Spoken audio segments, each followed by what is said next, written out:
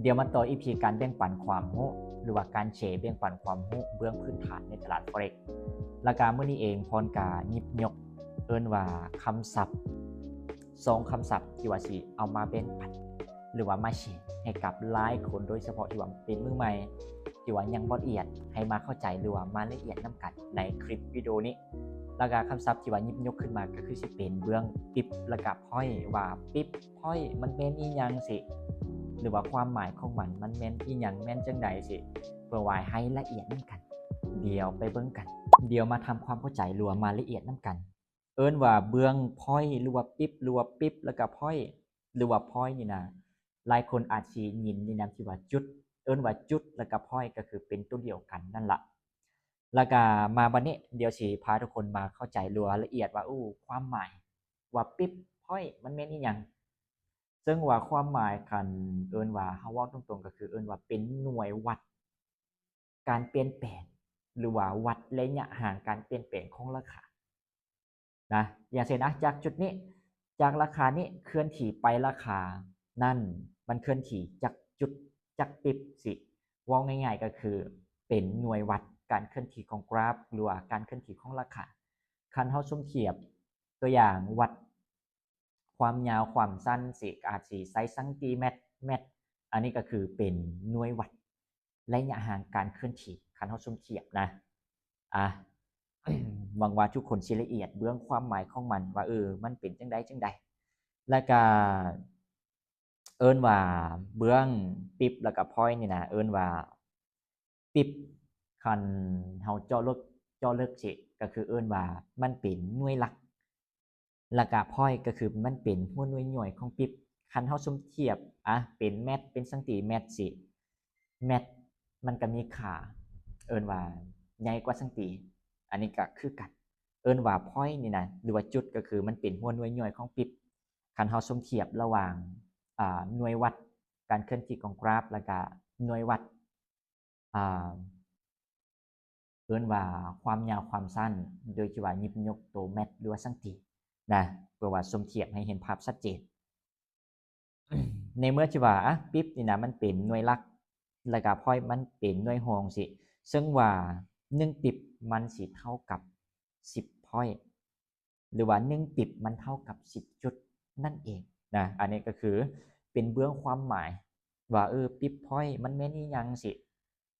แล้วก็หวังว่าทุกคนสิละเอียดนะแล้วก็เบื้องต่อมาก็คือเดี๋ยวพรสิเจาะลึกว่าปิบนี่นะเวลาที่ว่าเฮาวัดเฮาเบิ่งจังใดหรือว่าวัดจากอีหยังเบิ่งอีหยังสินะในเมื่อที่ว่าเฮาฮู้ว่าปิบนี่น่ะเป็นหน่วยวัดเอิ้นว่าหน่วยหลัก หน่วยหลัก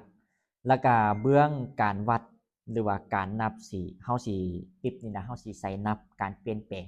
ของราคาในจุดเอิ้นว่าหลังจุดในตำแหน่งที่2แล้วก็4แล้วณทีนี้เป็นหยังต้องเป็นตำแหน่งที่2แล้วก็เป็นหยังต้องเป็นตำแหน่งที่4สิเอิ้นว่าเบื้องคูสินทรัพย์หรือว่าคูเงินที่ว่าเฮาเทรดบางคูมันก็สิมีอ่า เอิ้นว่าลังจุดก็คือ5ตัวนะ5ตัวแล้วก็บางคู่ก็คือมี3ตัวแต่ในเมื่อที่ว่าเป็นปิ๊บก็คือเป็นหน่วยหลักเฮาสิเบิ่งจุดที่ว่า4กรณีที่ว่าเป็นคู่ที่ว่ามี5ตัวแล้วก็กรณีที่ว่าเป็นคู่ที่ว่ามี3ตัวก็คือเฮาสิเบิ่ง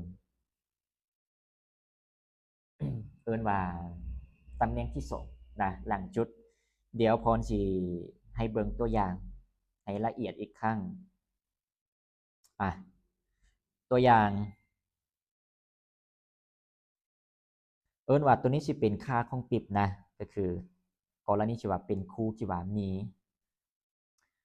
5ตัวหลังจุด5ตัวสิมีค่าเท่านี้แล้วกรณีที่ว่าคู่ที่ว่ามีหลังจุด3ตัวก็คือสิมีค่าเท่านี้นะอันนี้ก็คือค่าของปิบแล้วพรก็หยิบยกตัวนี้ขึ้นมาเอิ้นว่าเป็นคู่ EUR USD แล้วก็ USD JPY ตัวแรกก็คือเงินยูโรคู่กับเอิ้นว่า ดอลลาร์สหรัฐแล้วก็เบื้องต่อมาก็คือดอลลาร์สหรัฐกับเงินเยนของญี่ปุ่นนะ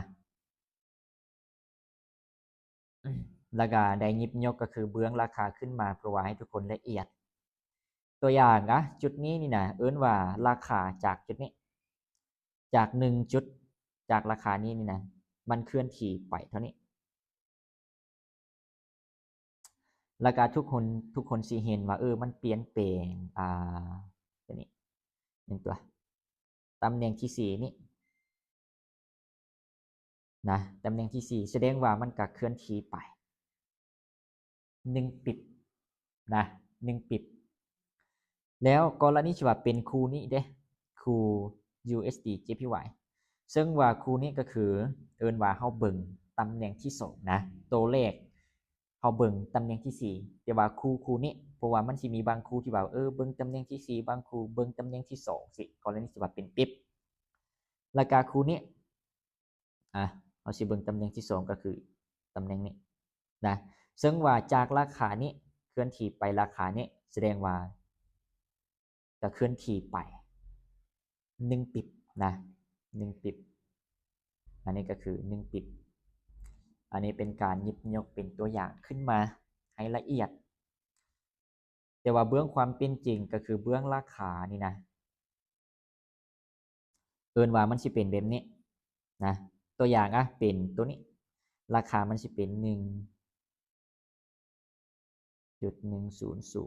แล้วก็มันยังมีอีกตัวหนึ่งอยู่นี่นะแต่ว่าตัวนี้ก็คือสิเป็นเบื้องการเฮาเบิ่ง point หรือว่าจุดแล้วก็ตัวที่ว่าอธิบายณปัจจุบันมันเป็นปิ๊บ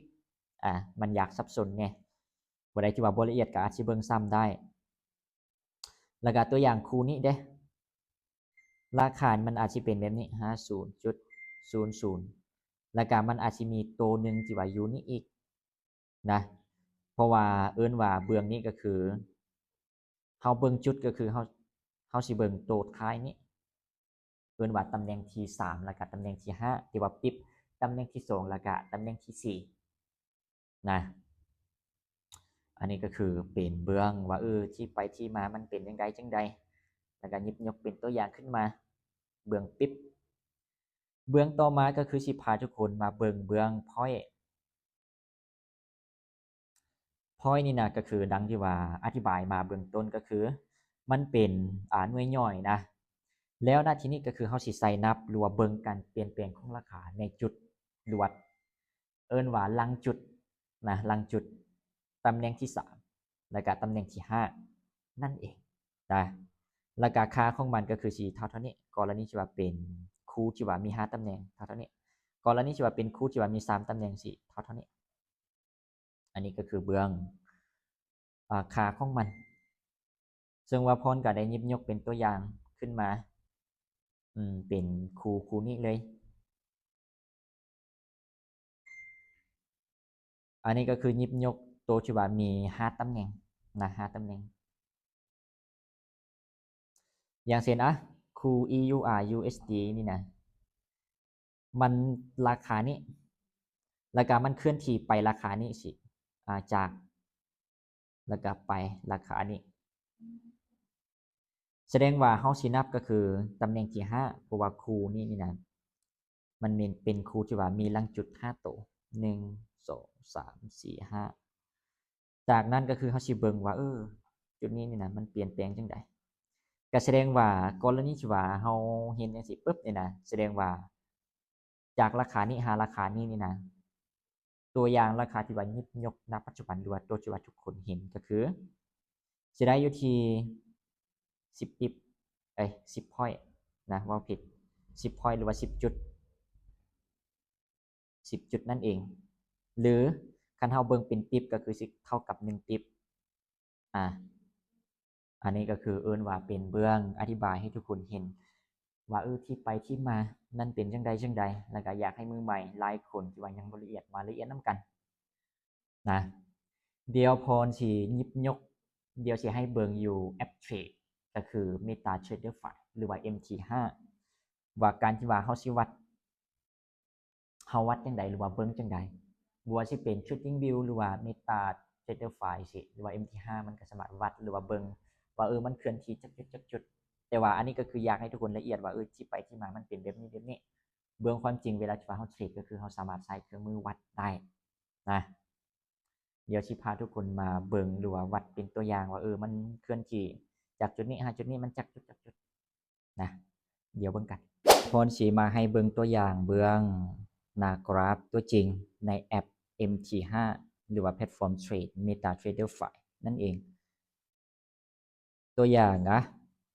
เฮาสิบ่ายจากราคานี้หรือว่าจากราคานี้นี่นะราคานี้หาราคานี้อันนี้เป็นตัวอย่างนะทุกคนก็สิเห็นว่ามันจักจุดอย่างเช่นเฮาเข้าราคานี้แล้วก็ขึ้นไปฮอดราคานี้สิมันจักจุดทุกคนก็สิเห็นเบื้องนี้นะเบื้องนี้484จุดหรือว่า484 point อันนี้ก็คือเบื้องการที่ว่าเฮาใช้หรือว่าเฮาเบิ่งเบื้องกราฟจริงในแอป MT5 ว่าจากจุดนี้หาจุดนี้ราคามันเคลื่อนที่จากจุดอันนี้ก็คือเป็นตัวอย่างให้ทุกคนเบิ่งนะแล้วก็เบื้อง Trading View ก็สามารถใช้เบิ่งได้คือกันยิ่งง่ายเลยแหละเบื้อง Trading View นะผู้ใดที่ว่าใช้ก็ประมาณนี้เดี๋ยวผู้ใดที่ว่ายัง